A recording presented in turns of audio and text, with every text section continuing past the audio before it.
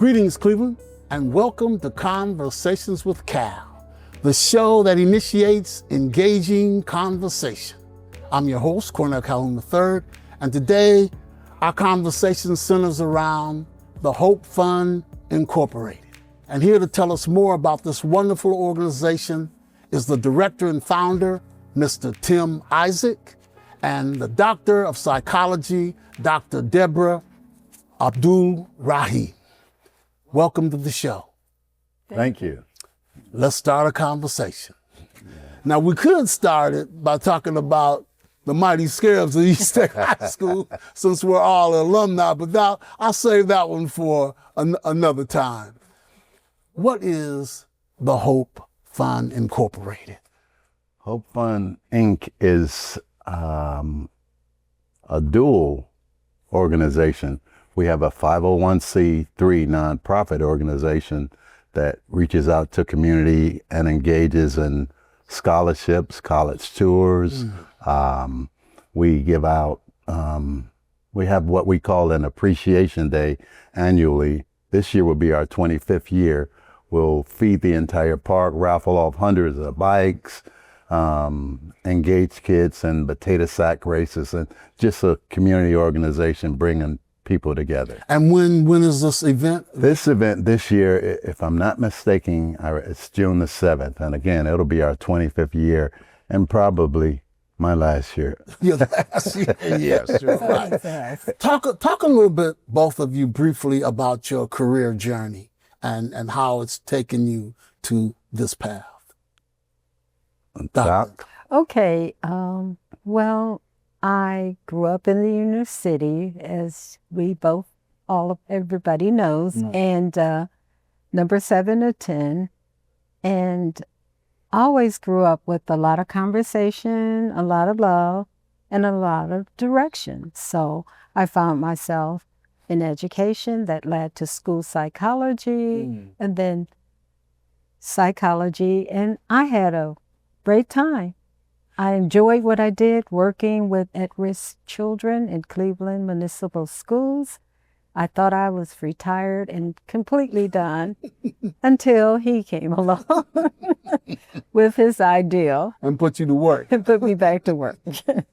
So that's what happened. Well, with having the nonprofit, we just gave back. We give out turkeys, baskets that can feed a family of 10 during Thanksgiving, turkey, eggs, potatoes, and during the Christmas season, we invite youth to receive bikes and we feed them.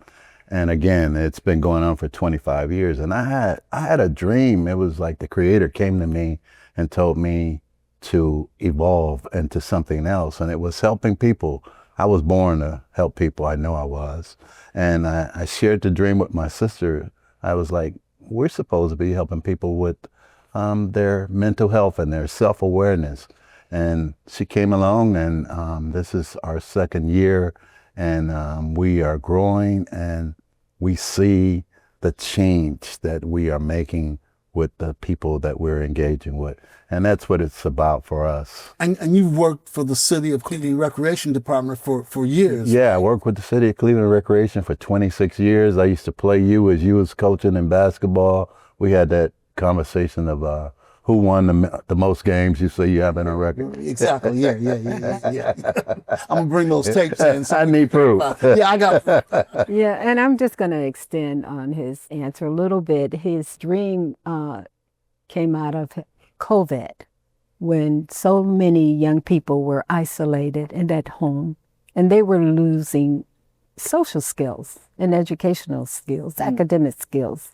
And so I'm about that. And being in the inner city, I always felt we had a great education at that time and a great foundation. We came from a community with lots of love and caring, and you never had too little or too much so that you couldn't share with a neighbor or someone. So that kept us together and led us through life. What is the mission of the Hope Organization? Our mission is to reach as many families as possible and let them know that there is hope. The acronym for hope is helping other people endure. And through the psychology, through the love and community, we believe that we can, one child, one family at a time, continue to make a difference in the life of others. And what's that again? What does hope stand for again? That's so profound. Helping other people endure. Wow. Yes. And you created that. Just The Creator gave it to me. I just took it and ran with it. What are the biggest challenges and mental health issues that our community face at these times, would you say?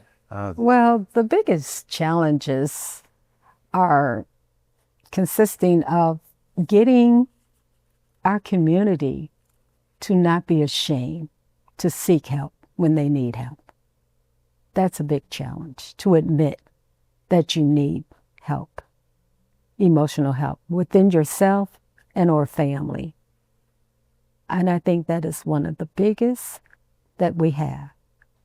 And to trust, okay, after they realize that I may need some help, who do I go to? Who do I trust?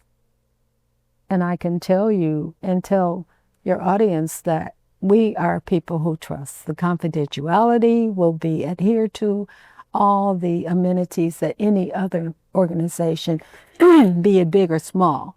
We compete with our ethics and with our professionalism. And I just want our community to know it's okay to get help. And what kind of programs can people find at Hope Fund Incorporated?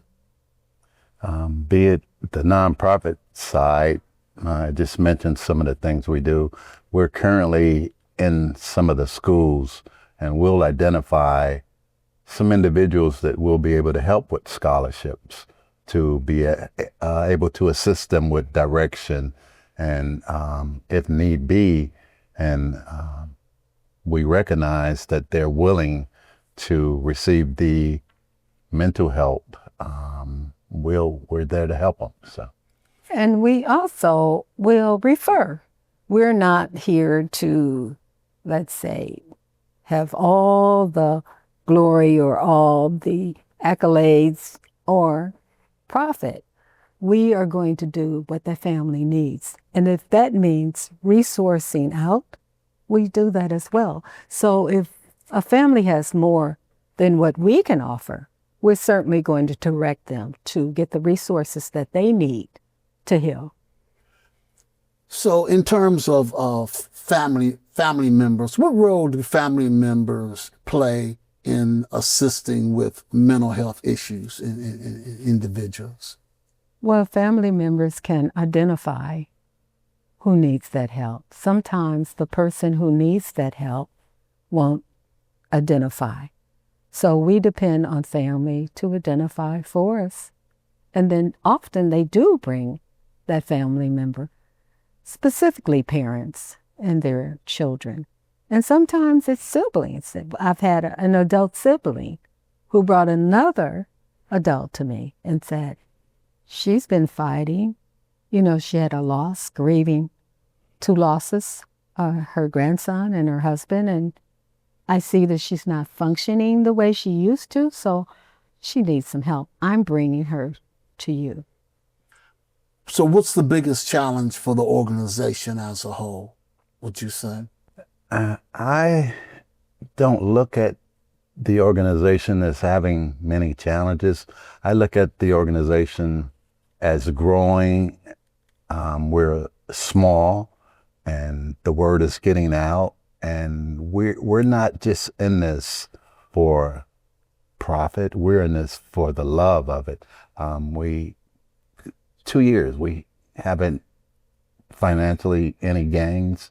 We service for free. The doctor will treat and service people for free. And that's what we're about, from the 501c3 transferring over to the mental health. It's about servicing and loving on people with us. And I wouldn't say challenge. I would say, what do we need to assist us to succeed? And we need any funding or donations. because we don't look at it, as he said, as a challenge. But what would make us succeed in the African American community, although we don't make any differences. You can be whatever community you're from. We don't care whatever color, race, or creed, or religion. We serve all. Yes. How do you think the organization has evolved from the beginning to now? I mean, and Doctor talked about, the idea that came to you, during the COVID. How do you see the organization when you first started out to now? I see that the word is getting out to the general public, that people are beginning to come to us and seek us out. Got a call day before yesterday from a gentleman, and it was just through word of mouth, and they're seeking us now. And so we don't have any problem, as Doctor said, referring to other agencies, as long as someone is going to receive the help that they're seeking and necessary to deal with their challenges. And how can the community help your organization? What can people do? We would just say, if you wanted to, as Dr. Rahim said, assist us through donations, or just assist us in if you need help by contacting us. Referrals. Yes. And just beginning to come see who we are, so that we'll let you look and see who we are, so that you can begin to trust. What inspired both of you to go into this service, this initiative? Well, I can tell you, it's my family, starting with my family. I'm number 7. He's my younger brother. He's number 10. You didn't have to say I was it. He's the baby. I like to tell you, he's the baby. No, he hates you that. You shouldn't have told me that. Yes. I got it. He hates that. But anyway, that love started first in the family and helping one another. We shared a lot of conversations. I wouldn't say arguments, debates. Our oldest brother taught us how to do that well and to express ourselves. And that love, my mom, she always said, if you see somebody who needs something, give it to them. Help them. We don't care what background or what's going on in their life. That's not for us to answer or to judge, but just assist. And that's what started it for me, and it's carried me throughout my life. You can't stop being who you are and how you were molded. And so that's why I'm still here and why I work with him. I complain to him, when am I going to get paid, for instance. But I like to add to that. Again, it came from our mom. Our dad was deceased at a young age. And so the morals and values that she instilled in us as family, we stuck together and we had our differences. But for me, it's about giving back. Giving back, giving back. If my hand is closed, I can't get anything. If I open it up, I'll get what I'm supposed to receive. So it's about being a blessing to somebody today. It's not about finances. It's not about accolades from anyone else. But I know that I've been put on this earth to be a blessing to someone else today. And I look for that today to serve somebody else. Differently about go ahead, Doctor. Oh, I was going to say, it's so rewarding when we see a student who was struggling with behavior, and that student is turning his or her behavior around just because they got a little love, a little care, a little, counseling. So that's rewarding enough. Give me a success story. A short success story. One short success story for me is my best friend, London Fletcher, came through the rec center, city of Cleveland. Challenged young man, needing some direction. I saw this and they would lock the gym, and he just loved to shoot basketballs. And I didn't know his story, but he had some trauma in his life. And just seeing how opening the gym would allow him to release some of that stuff.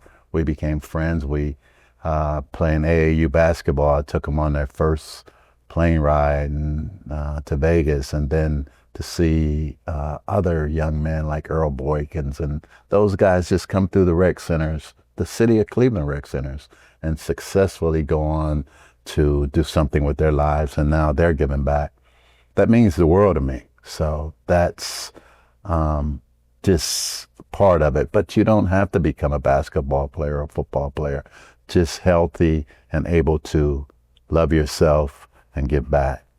And succeed in school. Yeah. Start focusing on your education. About how many people do you normally handle, you see, just on a weekly basis, would you say? Well, it could be anywhere from 5 to 10. It depends. It just depends, Yeah. and that's adults and children. Yes. But primarily the children are in the schools. And they're in right? the school. And you actually go to the schools and Yeah. and okay. But we go to the home too. We we have a college student who we do telehealth. And that means, well, she can't come to Cleveland, so virtual or a phone. So we are allowed to do that, especially since COVID. So we do that, and we meet at the home, at the school, at the gym, wherever that parent or that person is comfortable. Yeah, I have a good question for you, Doc. Sure, what's that? What are some of the misconceptions about mental health, do you think? Again, I repeat, they think that, okay, something must be very wrong with me. I'm totally messed up. Or that person is never right for a job, for a relationship, for a sports team, for anything. It is perceived that that person is damaged. But that's not true. We all have something that has happened in our lives and that we have to overcome or deal with. So I think that's a misconception to think that this person is worthless or not able to be trustworthy, trusted in or confident. So I think that's a misconception, that something is inherently wrong because you need some help. Depression is big in our community. It's really big. It's not just our community. It's a big issue, especially now in the United States of America and maybe the world.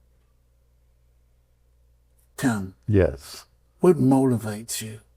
What motivates you to want to come and to just give of yourself and help someone in need? Yeah. Someone who may not be able to help themselves.